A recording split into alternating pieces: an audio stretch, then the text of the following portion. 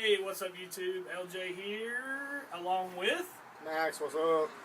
today we're going to be reviewing Unstoppable, starring Denzel Washington, and you should be seeing that after some swirly stuff happens. Excellent, I like swirlies.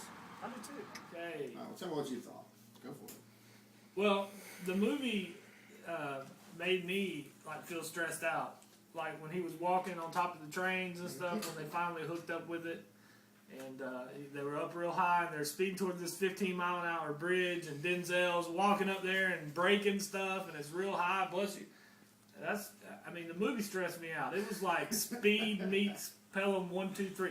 Actually, this seemed a lot like, it reminded me of like Pelham 1, 2, 3 Part 2.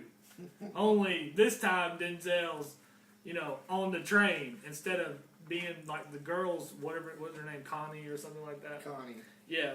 Like, she was kind of his role, Yeah. you know what I mean? Except for they were actually speeding out of freaking control, the whole time. And in Pelham 1, 2, 3, of course, he's talking to John Travolta, the terrorist. Yeah, the terrorist. Which I enjoyed that. Yeah, that was It good. was kind of funny that John Travolta was a terrorist. From Saturday Night Fever to terrorism. Yeah, from Welcome Back, Mr. Cartoon. Yeah. You get it, that. You get it, that. Yeah, don't miss the hair. The hair. Yeah, that's it. Yeah. No, that was funny, but unfortunately, it sucks that we both agreed that the movie was pretty good. Yeah, no, I do have one criticism, which you might want to argue with me about. I personally think that the whole aspect of, the marital problem that the guy had with his wife, I think it was completely ridiculous. Right. So they got this restraining order because he was physical when he grabbed the woman's arm. She's going to forget the fact that he's, violent, because apparently she was fearful. And why did she just show him the text? Yeah, exactly. Yeah, just So, show him I the don't text. know. I guess she was just It was unnecessary. You could remove that from the movie and you wouldn't change the quality of the movie at all. See, unfortunately, I don't disagree with that entirely. I know why they threw it in. They threw it in for, for character development. And so when you saw the wife concerned, at the end or whatever, then... it should have been concerned. Well, yeah, he's trying to catch a speeding locomotive going in reverse. Dude, I was concerned, and I don't even care about these people. I don't know them. I'm just saying they could build character in other ways. This was But even aside from that fact, that's why they did it, so you would care about those characters, as they showed their caring for Will. Wasn't his name Will? Will. Yeah. I believe it was Will. Who was speeding the locomotive after smashing his foot and having to Maybe jump. Frank. No, Frank was Denzel. Frank was Denzel. Right. And then, Will had to jump off the he hurt his foot clamping the thing together. It looked like it kind of clamped on the side of his foot. Yeah. So he had to jump off the train, onto the back of a truck, speed up, and then jump back on the front of the train. Let me ask you something. Have you ever climbed off the top of a rail car? Like what you see Denzel doing? No. Well, let me tell you, I do it. And it's intense because there's nothing to hang on to. You got about 3 inches and there's a handle, and you're going off the side.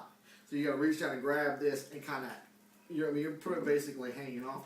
So to think of this guy doing this at 75 miles an hour, going down the ladder, locking in the individual car brakes. I was on the edge of my seat. I gotta tell you. I was thinking, I need prescription drugs or something at this point in the movie. I was stressed out. I'm afraid of heights, so that doesn't help. Yeah. They're speeding along, going crazy. Then they're going up a bridge. Again, adding more height. Now, truth be known, I knew Denzel. Come on. We knew the end. They're going to stop the train. This is based on a true story, too, which is another point I wanted to bring up. Yeah. Which I'll have to look up later and see. Maybe we'll have to follow up, with this later and see what really happened, because, they spiced it up. They sensationalized it for the movie. But what this movie really needed, in my opinion, was Superman. Somebody that can stop a train. It took them 90 minutes to do something Superman could have did in 5. Really. Superman would have swooped in, boom, stop, movie over. Really. It would have saved us, 85 minutes or something. They could have just got to the point and done it. But no, I'm glad they didn't. No, it was an intense movie. I thought. You don't see many good movies nowadays. Yeah, that was good. What's some movies that you've seen recently that aren't so good? That aren't so good? Aren't so good, yeah. Paranormal Activity 2. I had to bring that one up. Paranormal Activity 1. Okay, I think that you shouldn't buy it. Personally, I don't think you're going to get the same impact. You know, if you watch it more than a couple of times, I think renting it would be sufficient. Yeah. Personally. I have to agree. If you're a big Denzel fan, you should buy the Book of Eli. If you are not, if you like Denzel, but you just want to see the, if you want to see the movie because you like Denzel or whatever, kind of like we did, then definitely just rent it because it's not going to have the same impact the next time. That sounds good to me. Wow. There's some lighting difficulties there. I don't know, but could you? Yeah. Do you have us cockeyed there? Yeah. You might want to flatten. No, don't have us cockeyed. Why? Because we want to be straight. Straight. It'll actually hear you. No doubt. No doubt. But that's all I got. That's it for me. I'm done. Cool. You can cut it, so.